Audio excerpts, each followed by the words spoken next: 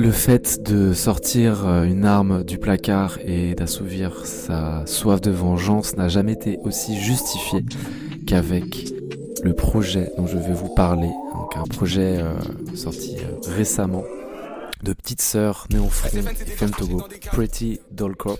Par où commencer Peut-être par les trois personnes qui ont composé cet album. Donc album de 33 minutes, il y a 13 titres, c'est des morceaux qui durent pas très longtemps, on va rarement au-delà de 3 minutes, je crois qu'il y a vraiment que un ou deux sons qui les dépassent. On va revenir sur un son en particulier qui est très touchant, ça faisait longtemps en tout cas en termes de revendication, vu que on va parler un peu de rap aujourd'hui, et en termes de revendication dans un style musical, et en termes aussi de se livrer à cœur ouvert comme ça faisait longtemps que j'avais pas autant pris une claque. Voilà, je suis encore un peu sous le choc car c'est très récent et je viens de réécouter justement ce titre, Le Môme. On y vient. Petite Sœur, c'est un personnage assez particulier dans le sens où ça a toujours été une personne qui s'est cachée dans ses clips, etc. Donc qui a une voix masculine, et au fur et à mesure de ses prises de parole dans sa musique, on a compris que c'était une personne trans. Ça a son importance pour la suite de l'histoire. Néofront, qui est un producteur qui a déjà collaboré avec Femtogo dans... J'ai oublié le titre, c'est... un EP qui a fait péter Franc-Tireur Partisan. Voilà, qui a fait péter un peu Femtogo, notamment avec le titre Un autre jour, qui est là...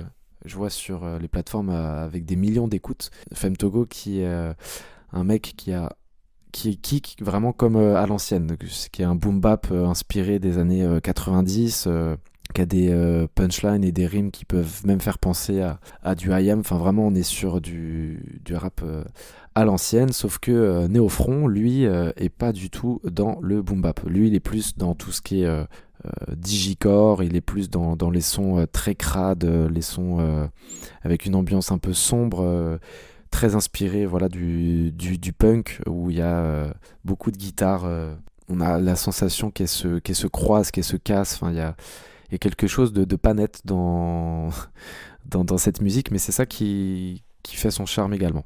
Le titre dont je veux vous parler un peu plus aujourd'hui,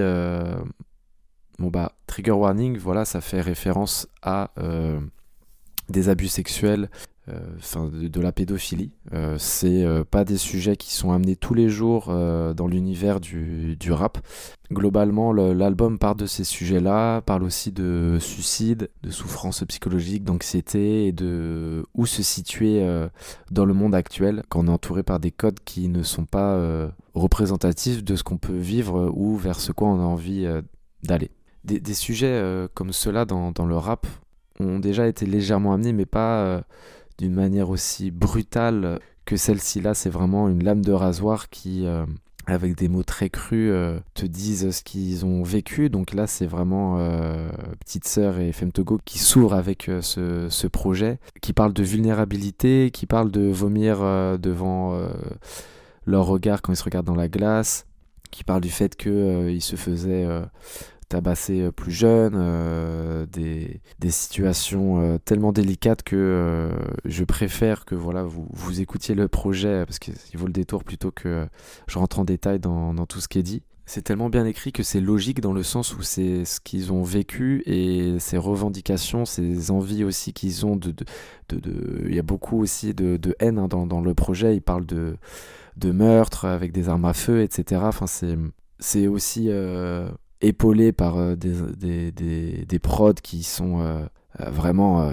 tu écoutes ça capuché, t'es dans la rue, tu marches, t'es limite, tu peux mettre une patate au prochain passant que tu croises. Hein. Je dis qu'il faut pas le faire. Hein.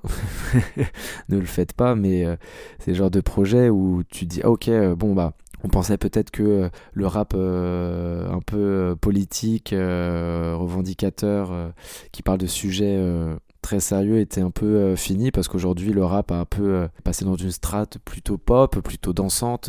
Il y a toujours du rap conscient, je dis pas, on a eu du Népal, on a toujours du Bécard, du PNPLG, Asfar Shamsi, qui justement sont des personnes qui sont engagées politiquement dans leurs paroles. Mais là, c'est vraiment des sujets qui sont mis un peu de côté normalement parce que c'est pas agréable à écouter, parce que ça nous met face, nous, à nos insécurités. Et là, c'est fait de manière magistrale. Je vous conseille d'aller écouter le grunt de Petite Sœur, où à la fin, vraiment, on voit vraiment le côté criard, punk de sa musique.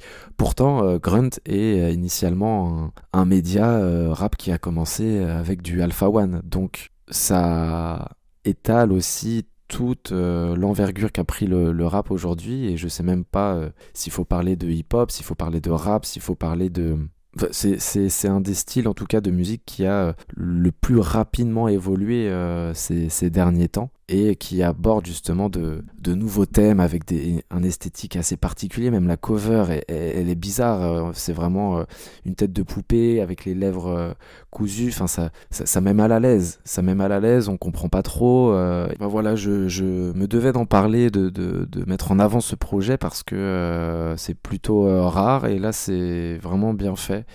Il y a une certaine réflexion, une certaine délicatesse avec toute la haine qui contient ce projet malgré tout, et justement le titre Le Môme donne un peu d'espoir. Vous comprendrez au fur et à mesure en écoutant ce titre que un des artistes s'exprime, se parle à lui-même en fait, à son enfant. Et là c'est un peu plus chanté, c'est un peu plus léger ce titre, donc c'est pas forcément représentatif de l'entièreté du projet. C'est un titre qui est peut-être plus accessible dans un premier temps, mais voilà, en tout cas il donne de l'espoir. Évidemment, ce projet qui est assez sombre, qui apporte des sujets sensibles, la beauté c'est qu'on peut, malgré toutes les pires situations dans lesquelles on peut aller, ou qu'on peut vivre, l'espoir d'un aller mieux existe. Le fait de sortir cet album aussi, j'espère, a fait du bien à ces artistes pour évacuer, en tout cas tourner une certaine page de ce qu'ils ont vécu. Le titre Le Môme, clairement, c'est ça. Donc c'est là, en regardant un peu sur internet, des personnes qui en parlaient sur Reddit ou sur YouTube, parlaient du bien fou que c'est de parler quand on va pas bien. Ça peut paraître bateau et acquis pour plein de personnes, mais c'est pas le cas pour tout le monde. Donc si ça va pas, n'hésitez pas à parler, à écrire, à aller voir aussi des gens pour qui c'est le métier, c'est-à-dire des psychologues. Donc c'est toujours important de le rappeler. Et comme dit Femme Togo, avant, pour lui, il n'y avait pas de psychologue, c'était 1 heure d'autocar. Et c'est vrai que quand on se sent souvent seul, quand on fait des longs trajets, quand on se sent isolé, quand on n'est pas dans les grandes villes, etc., c'est ce qu'il décrit, en tout cas Femme Togo, dans sa musique. C'est pas évident de parler. Donc dès que vous avez l'occasion, faites-le. Et déjà, commencez par écouter peut-être cet album. Vous vous sentirez compris ou comprise, et ça fait toujours du bien de se sentir compris quand on écoute de la musique. Sur ce, bonne continuation, continuez à adorer la musique que vous écoutez. Je revois ces lieux hantés qui font sûrement partie de mon succès. Là où j'offrais ma peau des fois pour quelques feuilles bleues qui se succèdent. C'est moi le môme qui attendait la cave pour se péter une perche dite pour la rentrée. Je faisais des dalles sur la J-App, fils de putain, t'étais même pas né. Le bois a gondolé dans la salle de bain, tellement je frottais ma peau pour plus sentir leurs mains. Pour ces quelques faveurs, y a jamais eu d'amour. Je me sentais Mike Water, je traînais plus dans la cour. Pour le bonheur, le môme a fait la course. Ivy l'a groumé, il est tombé de la tour. Une coquille cassée, c'est facile à remplir. Plusieurs fois j'ai dit non, il m'a laissé ramper. Est-ce qu'un jour on va le laisser en paix? Est-ce qu'un jour on va l'aimer vraiment? Le môme se dégoûtait tellement que sur place il finit par brûler ses vêtements. 40 degrés pour penser les blés.